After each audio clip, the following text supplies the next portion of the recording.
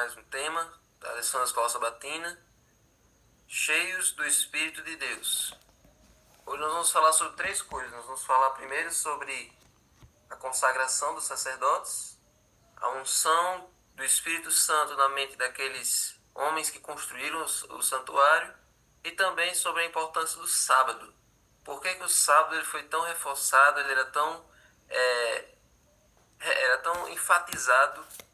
Por que era o mandamento mais enfatizado da lei de Deus? Todos nós já sabemos disso, mas você já deve ter percebido que vários momentos depois do Êxodo 20, o mandamento do sábado ele é repetido, ele é enfatizado, ele é endossado ali por Deus e por Moisés. Então, gente, começando pelos sacerdotes. Os sacerdotes, eles eram homens usados por Deus para fazer ali os serviços de intercessão, de expiação pelo povo.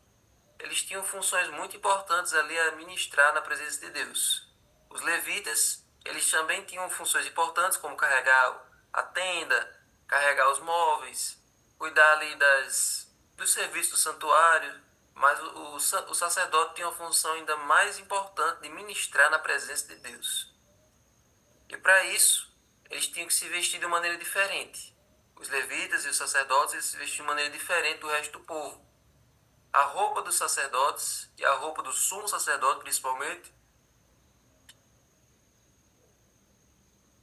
era carregada de simbolismos. E esses símbolos também apontavam para o ministério de Jesus. Então, só para a gente saber, em Êxodo 29, ou melhor, no Êxodo 28, tem uma descrição de como é que seriam as vestes dos sacerdotes. Como é que seriam as roupas deles, as vestimentas deles.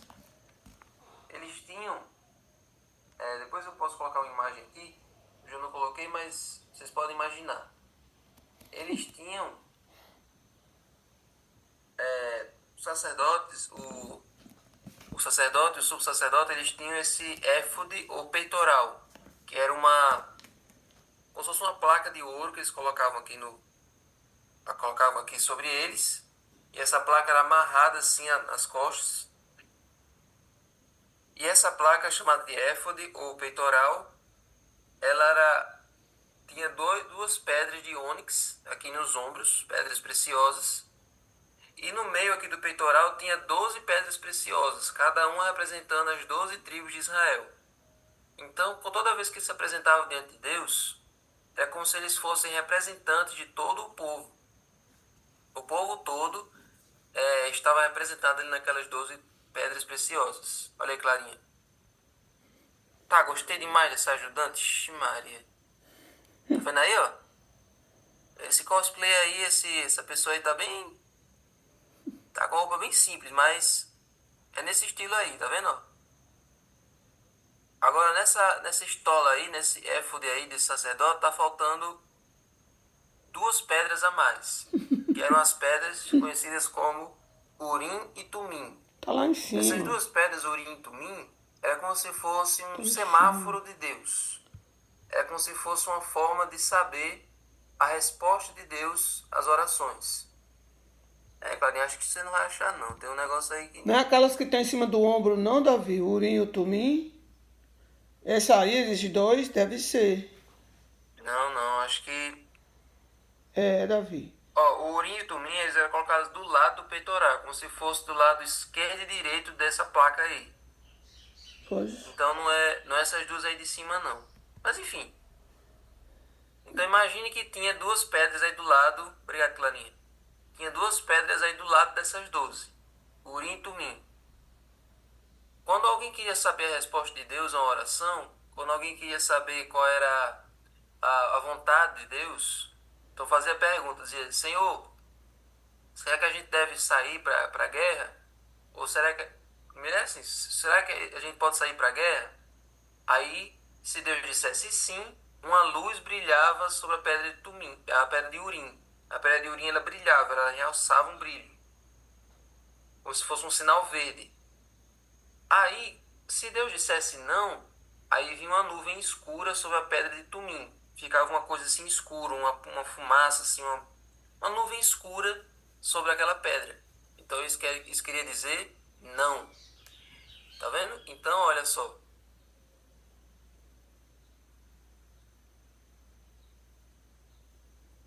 Não entendi por que tá misturado com as outras 12 não, mas é isso aí. Então vocês entenderam. A Urim era a resposta afirmativa de Deus. E o Tumim era a resposta negativa de Deus. Agora pode deixar aí clarinho. Então tinha, nas vestes dos sacerdotes, tinha outras coisas bem interessantes que a gente pode aplicar. Por exemplo, eles tinham um manto de linho azul. Vocês estão vendo aí que por trás desse avental tinha um manto azul. Eles tinham uma roupa azul. O azul, o azul, olha aí tem dizendo exatamente, ó, manto do éfode, lá embaixo. Desce aí um pouquinho. Manto do éfode, remissão a palavras torpes, textelete. Esse manto azul, o azul, a cor azul simbolizava a lei de Deus. Tem alguns significados de cores também. Então, o sacerdote ele se trajava completamente de azul, significando submissão à vontade de Deus. E o manto ele era feito sem costura, porque a costura poderia significar alguma imperfeição. Ah, esse manto não está completo, vamos costurar. Não. Ele era feito de uma forma só, sem costura, para indicar perfeição, excelência no seu serviço. Certo? E uma coisa interessante é que no futuro os salvos vão vestir vestes de justiça, que simbolizavam, faziam um eco dessas vestes dos sacerdotes. E romãs tinham que ser penduradas na bainha desse manto. Em alguns romãs, está ali dizendo sinos de ouro e romãs de azul. Essas romãs, a romã ela significa a vida e a fertilidade. Então, o serviço do sacerdote, de interceder ali no santuário, era para proporcionar vida ao povo de Israel. Ou seja, quando ele ia interceder diante de Deus pelo povo, era para prolongar a vida deles, era para salvar a vida deles. Porque se eles não fossem perdoados, ou seja, a vida deles estava comprometida. Então, ele intercedia pela vida do povo, certo? Então, as romãs tinham significado de vida e fertilidade. E para que servem esses sinos? Aí já está dizendo, ó, quando o sacerdote caminha, o sino toca no lugar santo e sabe-se que ele está vivo. Se não tocar, é porque morreu. Então, se ele fosse para a presença de Deus com algum pecado escondido, se ele fosse lá para o santuário com alguma ofensa, alguma coisa que ele não se confessou, se ele apresentasse algum fogo estranho lá na presença de Deus, como foi o caso de Nadab e Abiú, que eram filhos de Arão, Deus poderia fulminar eles lá dentro. Nadab e Abiú ofereceram esse fogo estranho lá no santuário e eles caíram lá. Então quem estava do lado de fora escutou que os sinos fizeram um ruído estranho, como se estivesse caído no chão. Caiu. Aí tinha uma cordinha, que aí acho que não está dizendo aí, mas tinha uma cordinha que era amarrada assim na parte de trás da roupa. E essa cordinha servia para puxar o sacerdote morto lá de dentro. Esse detalhe vocês não conheciam não, né? O sacerdote era puxado lá de dentro, porque ele desmaiou, ele morreu lá no lugar santo, no lugar santíssimo. Então as pessoas lá de fora, quando percebiam que o sacerdote não estava mais se mexendo, que os sinos se calaram, então eles puxavam o sacerdote, levavam lá para fora. Para que tudo isso? Para impressionar o povo de Israel com a seriedade da presença de Deus, com a reverência que eles tinham que ter diante da presença de Deus. Então, Deus investiu bastante no visual para que eles tivessem ali um guia, eles tivessem ali uma forma de se orientar, porque qualquer coisa eles queriam algum adereço, alguma coisa para eles se prostrarem, seja um ídolo, seja um bezerro de ouro. Então o santuário era uma representação visual que ajudava eles a terem a noção de como era estar diante do trono de Deus, da presença de Deus.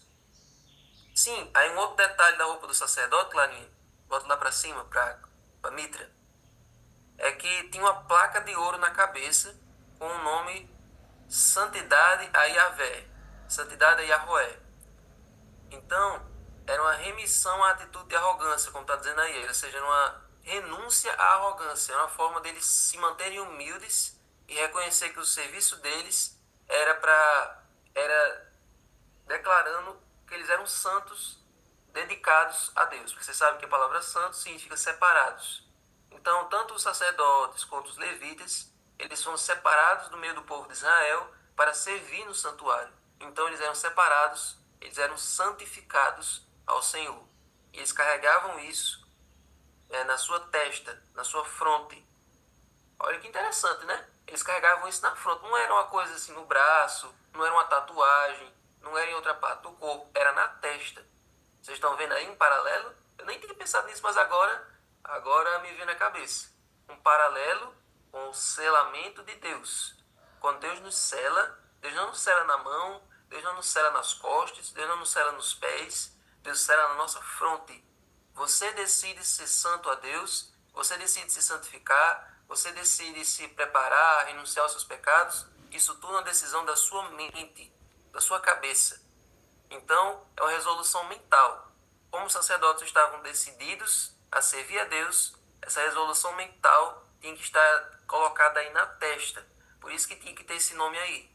Da mesma forma que o selo de Deus, que é a guarda do sábado, também é uma decisão mental. Por isso que tem que estar Deus sela na fronte com o seu selo, com o selo do sábado. Certo? Pronto, Clarinha, muito obrigado aí. Pode. Tem mais coisas aí, mas só isso aí já tá muito bom. Muito obrigado. Então, todas essas coisas aí das vestes do sumo sacerdote eram muito especiais, muito importantes. E os desbravadores, eles têm uma especialidade do santuário, e essa especialidade ela tem os significados de várias outras coisas que a gente não encontra assim por aí. Tem o significado das cores, por exemplo, o vermelho é o sangue de Cristo, o azul, que é a obediência, que nós já vimos, o branco, que é a pureza, a púrpura, tem vários elementos de púrpura no santuário, representava a realeza, porque os reis usavam muito essa cor púrpura, e assim por diante. E tinha também um significado das peles que cobriam o santuário. O santuário ele não era feito apenas de um tecido por fora, de um pano por fora, eram várias coberturas, uma por cima da outra. E existe um significado dessas coberturas. Olha só para vocês terem uma ideia. Tinha uma cobertura de pele de texugo. Texugo é um animal, não sei se é parecido com gambá, uma coisa assim. A pele de texugo representava Jesus cobrindo a sua divindade com a sua humanidade. Tem esse simbolismo, a pele de texugo. A pele de carneiro, tintas de vermelho, representavam o sacrifício de Jesus, o sangue de Jesus.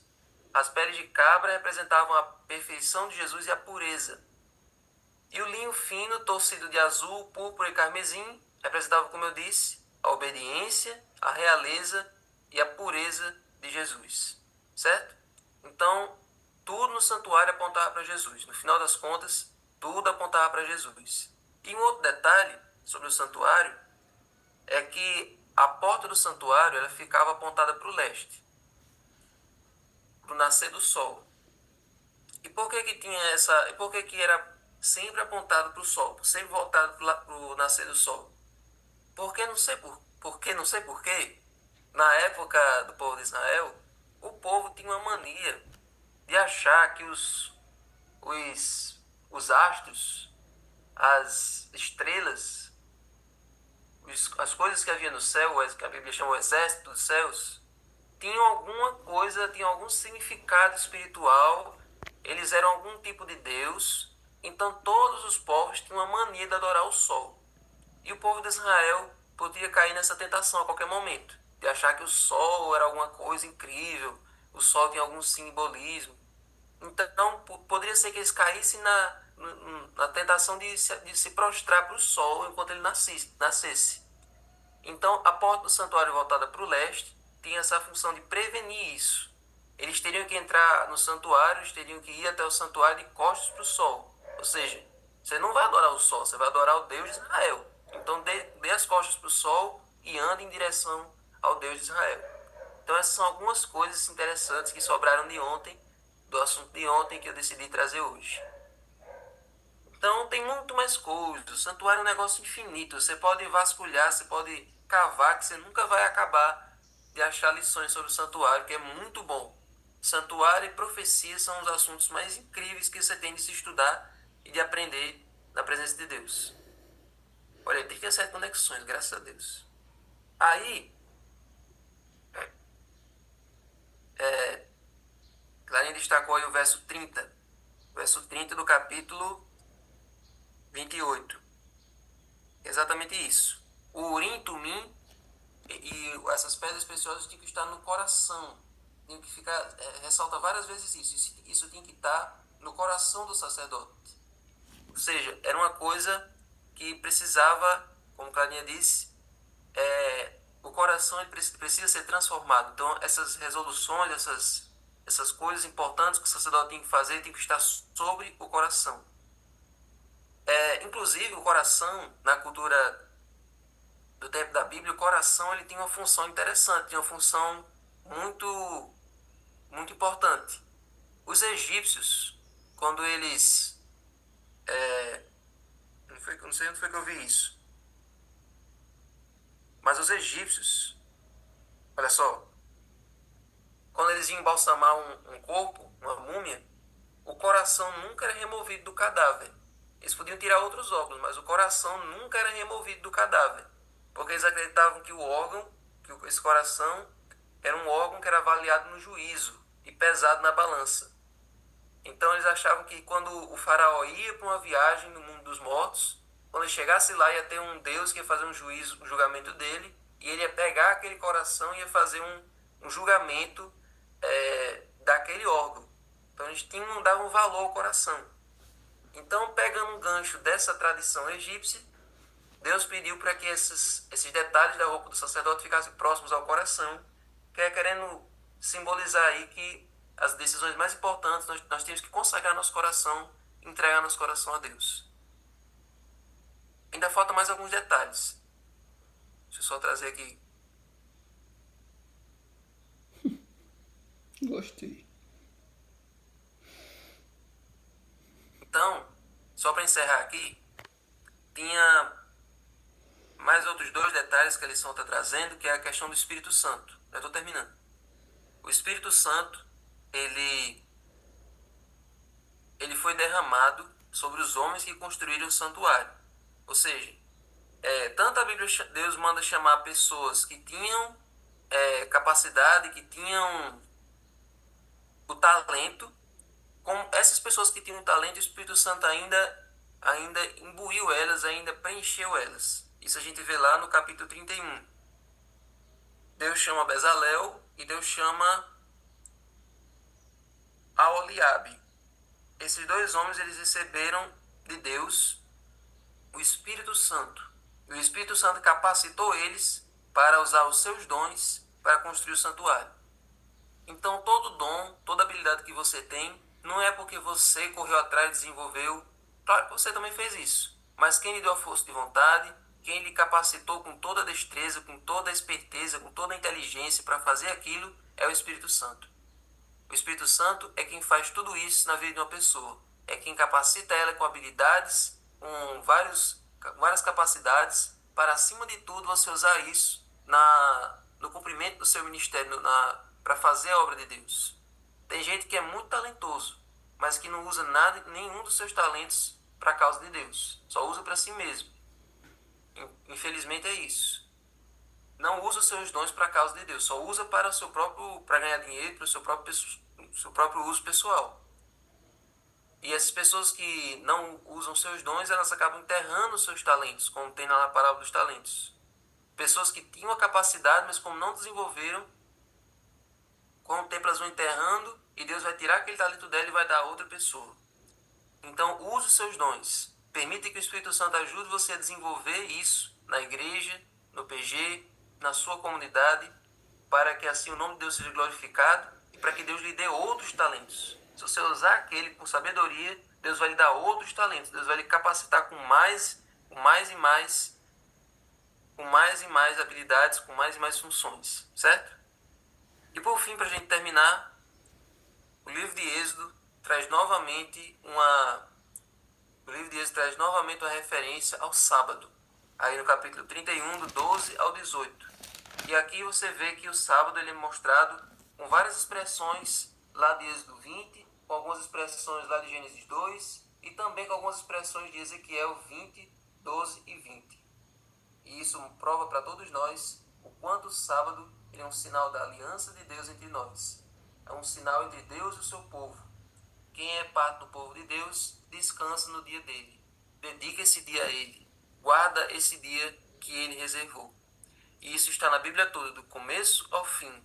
Podemos ter a certeza de que nós estamos fazendo a vontade de Deus, que somos sinal do povo somos parte do povo de Deus, se descansamos e observamos esse dia, que é o selo que identifica aqueles que guardam os mandamentos de Deus e têm o testemunho de Jesus. Amém? Davi, É a essência dessa mensagem. Então agora nós vamos orar e vamos... aí tem vários comentários.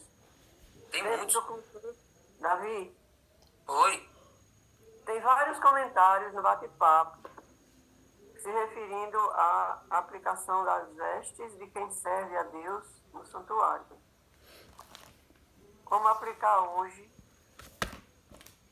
Sim, a questão de se vestir, né? Se vestir para adorar, se vestir para servir a Deus, se vestir para ir ao culto. Quando você tocou na questão de roupa, surgiu vários comentários no bate-papo. E hoje a igreja está deixando de olhar isso aí. Está deixando a lavantu, minha quadrilha. Se você for comparar, né, o jeito dos adventistas com, por exemplo, pessoas de outras igrejas, você percebe um abismo de diferença entre os jovens e entre os adultos. As pessoas da nossa igreja, infelizmente, se vestem de maneira bem desleixada, bem informal, comparado com a beleza das vestes de outras igrejas, de outras congregações, que levam isso bem mais a sério do que nós. As roupas contam muito. As roupas, elas também são uma forma de pregação, também são uma forma de testemunho. Através das nossas vestes, nós também estamos falando sobre Deus para as outras pessoas. Então, que nós possamos nos atentar quanto a isso. Para a casa de Deus, vista sempre a melhor roupa. A roupa mais nova, a roupa mais bonita, a roupa mais ajustada ao seu corpo, a roupa mais... use para Deus a melhor roupa que você tem. Não vá com a roupa mais amassada, com a roupa mais antiga, a roupa rasgada, a roupa manchada. Dedique a Deus o seu melhor, a roupa mais bonita que você tem, porque isso é também uma forma de ofertar, de entregar, entrega a Deus. E decência acima de tudo. Modéstia, decência e bom senso. Essa regra que a gente fala da decência, modéstia e bom senso, muita gente só usa aqueles textos de Timóteo, que fala sobre a mulher, mas tem um texto que fala sobre o homem também, porque ninguém fala. E está lá em Mateus 22. Ninguém fala desse texto que fala para os homens. É só para as mulheres. Claro que as mulheres precisam muito desse ensinamento, mas tem homens que também se vestem de maneira exagerada, de maneira vaidosa. É quando Jesus fala com os fariseus, Mateus 23, 5. Praticam todas as suas obras a fim de serem vistos pelos outros, pois alargam seus filactérios e alongam as franjas das suas capas. Ou seja, os fariseus eles se vestiam de uma maneira... Porque aquelas vestes dos sacerdotes eram ordenadas por Deus. Só que as roupas dos fariseus eram roupas que não eram um vestuário que Deus ordenou. Era um vestuário ainda mais vaidoso, mais suntuoso, mais cheio de detalhes para eles aparecerem diante dos outros. Então aquelas regras de modéstia, bom senso, valem tanto para os homens quanto para as mulheres. Vista-se de maneira bonita, de maneira decente, de maneira organizada, com a sua melhor roupa, não para aparecer diante dos outros, mas para aparecer diante do Rei do Universo. Certo? Porque não é que Deus vai ser tocado pela sua roupa, mas a sua roupa é um testemunho para as outras pessoas. Deus vai olhar o seu coração. Amém? Uhum. Então vamos orar e vamos agora para o estudo do livro. Senhor Deus, muito obrigado, Senhor, por essa lição maravilhosa, por cada detalhe, cada ensinamento que foi aqui aprendido, que foi aqui trabalhado. Nos ajuda, Senhor, a respeitar o teu santo sábado, honrá-lo com com nossas ações, nossos pensamentos, para que nós possamos ser selados por Ele todos os dias. Sim, Deus. Possamos viver o sábado durante a semana, nos preparar para Ele cada dia da semana. E nos ajuda, Senhor, a ter reverência pelas Tuas coisas, ter reverência pela Tua casa, ter o bom senso de estar, quando estamos diante de Ti, nós não somos dignos, somos menos que pó. E nos ajuda, Senhor, a nos vestirmos, a agirmos, que nosso estilo de vida seja exemplar, seja um testemunho para os outros, que as pessoas vejam a diferença do nosso caráter quando olharem para nós. Sim, Deus. E ao olharem para nós, a primeira coisa que elas veem são as nossas roupas. Então nos ajuda a nos vestir da maneira decente e modesta que o Senhor nos ordena. Fica conosco. Agora abençoe o estudo do livro. Prepare-nos para esse final de semana, que vai ser um final de semana cheio de bênçãos, tanto no Bela Vista quanto no Dom Eliseu. Que nós possamos estar preparados, Senhor, para essas bênçãos. Em nome de Jesus. Amém. Amém. Paz.